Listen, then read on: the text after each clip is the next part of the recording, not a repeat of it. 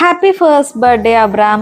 അങ്ങനെ ഞങ്ങളുടെ ജീവിതത്തിലേക്ക് സർപ്രൈസ് ആയിട്ട് വന്ന ഞങ്ങളുടെ അബ്രാം കുട്ടന് 1 വയസ്സായിട്ടോ. എസ്സേട്ട കുഞ്ഞനുജന്. പിന്നെ വണ്ടി പ്രാന്ത് കുറച്ച് കൂടുതലായതുകൊണ്ട് കേക്ക് ഞാൻ വണ്ടിയുടെ തീമിൽ തന്നെ ആക്കി. പിന്നെ ദേ പപ്പയുടെ മമ്മിയുടെയും ഗിഫ്റ്റ് ആയിട്ട് ദേ ജീപ്പും കൂടെ കിട്ടിയപ്പോൾ ആള് ഭയങ്കര ഹാപ്പി ആയിരുന്നു കേട്ടോ.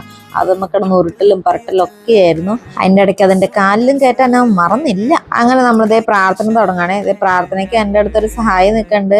എന്നെ കണ്ടല്ലോ, ഞാനൊരു കുഞ്ഞി പ്രാർത്ഥനാ പുസ്തകം അവളുടെയും കയ്യിൽ കൊടുത്തു. അല്ലെങ്കിൽ അവൾ സമ്മതിക്കില്ല. കേക്കാണെങ്കിൽ എല്ലാവരെക്കാളും കൂടുതൽ ആദ്യം നോട്ടോട്ട് വെച്ചേക്കണത് തന്നെയാണ്.